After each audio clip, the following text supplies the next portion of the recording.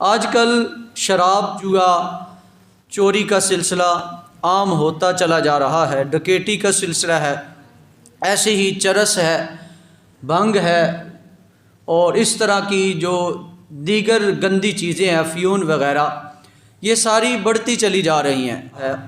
ہمارے علاقوں کے اندر ایسا ہو رہا ہے، اس سے دور رہنا، اس سے بچنا، اپنے بچوں کی تربیت کرنا، یہ ساری باتیں ماں باپ کے لیے ضروری ہیں تاکہ وہ اپنے بچوں کو آسن انداز میں پروان چڑھائیں۔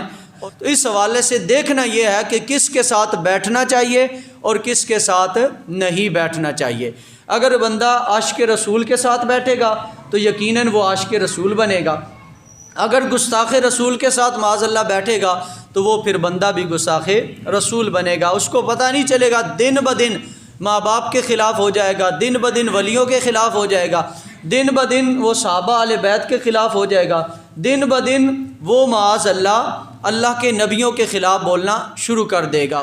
ایسے لوگوں سے دور رہنے کی ضرورت ہے۔ تو یہ تب نوبت آتی ہے اتنے بڑے نشے کی جب بندہ چھوٹے چھوٹے کام کرتا ہے۔ دوست کے کہنے پر ایک دفعہ سگریٹ پی لیا، دوست کے کہنے پر ایک دفعہ شیشہ اس نے پی لیا، دوست کے کہنے پر ایک دفعہ اس نے وہ نسوار وغیرہ یا اس طرح کا کوئی عجیب کام اس نے کر لیا، دوست کے کہنے پر ایک گھونٹ اس نے شراب پی لی۔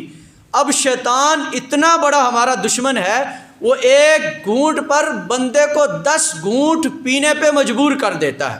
یہ آپ نے دیکھا ہے معاشرے کے اندر کتنے نشئی ہیں جن کی وجہ سے پھر معاذ اللہ آگے ان کی بیویاں بیوہ ہو جاتی ہیں، ان کے بچے یتیم ہو جاتے ہیں، وہ پھر بیویاں مانگ رہی ہوتی ہیں، میرا میاں نشہ کرتا ہے اس لیے مجھے کما کے نہیں دیتا، تو اس لیے میرا گھر کا سرکٹ نہیں چل رہا، میرے ساتھ تعاون کیا جائے۔ یعنی یہ ایک برائی سے پھر آگے 100 برائیاں پیدا ہوتی ہیں، پھر پوری نسلیں تباہ ہو جاتی ہیں۔ اس لیے اس برائی سے خود بھی بچنا ہے، اپنے بچوں کو بھی بچانا ہے، اپنے محلے کو بھی بچانا ہے۔ اب نشے سے مراد یہ ہے کہ جس کی وجہ سے بندے کی عقل پہ پردہ پڑ جاتا ہے، اس کو پتہ نہیں ہے کہ میرے سامنے میری ماں ہے، اس کو پتہ نہیں ہے میرے سامنے میری بہن ہے۔ بندے کو نہ اپنے ہاتھوں کا پتہ چلتا ہے، نہ اس کو کپڑوں کا پتہ چلتا ہے، نہ پاکی پلیتی کا پتہ چلتا ہے، نہ اس کو پتہ چلتا ہے کہ میری بیوی ہے یا نہیں ہے۔ نشے کی حالت میں نہ اس کو پتہ چلتا ہے کہ میری کوئی بیٹی ہے یا میرا بیٹا ہے، میرا کوئی گھر ہے یا نہیں ہے۔ بس اس کی کوشش ہوتی ہے کہیں سے چوری والا کوئی سلسلہ لگ جائے، کوئی ڈکیٹی مجھے مل جائے، مجھے 2-4 پڑیاں مل جائیں۔ اس طرح یہ اتنی بڑی برائی ہے۔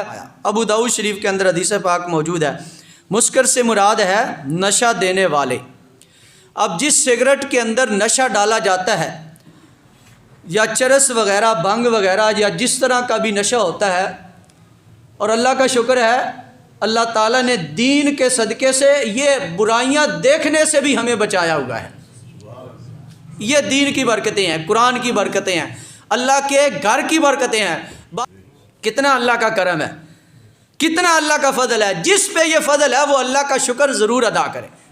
تو جو سگریٹ کے اندر ایسا مواد ڈال کے پیتا ہے اور پھر اس پہ نشہ غالب ہو جاتا ہے، اب وہ بندہ حرام کر رہا ہے، اور جو ایسی چیزیں بیچ رہا ہے وہ بھی حرام بیچ رہا ہے، جو اس سے پیسے کما رہا ہے وہ بھی حرام کے پیسے کما رہا ہے، جو آگے بچوں کو کھلا رہا ہے وہ بھی حرام کھلا رہا ہے۔ اور حدیث پاک کے اندر موجود ہے، امام غزالی رحمۃ اللہ علیہ نے لکھا، جس نے حرام کا ایک لقمہ کھایا 40 دن تک اس کی کوئی نیکی قبول نہیں ہوگی۔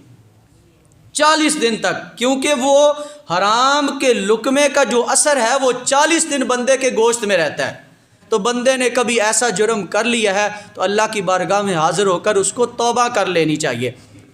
اور ہر مفطر چیز حرام ہے، یعنی مفطر کا مطلب ہے عقل میں فطور لانے والی ایسی چیز کھائی جس کی وجہ سے عقل زائل ہو گئی ہے، اس کو پتہ ہی نہیں چل رہا، حلال حرام کا نہیں پتہ چل رہا، ماں بہن کا نہیں پتہ چل رہا۔ یہ جو نشئی ہوتے ہیں نا، بڑا نعرہ لگاتے ہیں، علی دمادم مست کلندر، پی کے نا بڑی، تو پی کے علی علی کہنے سے نا جہنم میں جانا پڑتا ہے، اور عشق مصطفیٰ کے نشے میں مست ہو کے علی علی کہیں گے تو علی کے صدقے اللہ جنت عطا فرمائے گا۔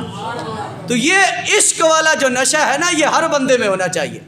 2 نمبر نشے سے اپنے معاشرے کو پاک اور صاف کرنا چاہیے۔ ملمت مفتی احمد یار خان نعیمی رحمۃ اللہ علیہ فرماتے ہیں، عقل کے اوپر پردہ ڈال جائے، اس کو پتہ ہی نہیں ہے میں نے کیا کرنا ہے، بولنا کیا ہے، گفتگو کیا کرنی ہے، چاہے وہ پتلی چیز ہو یا خشک چیز ہو۔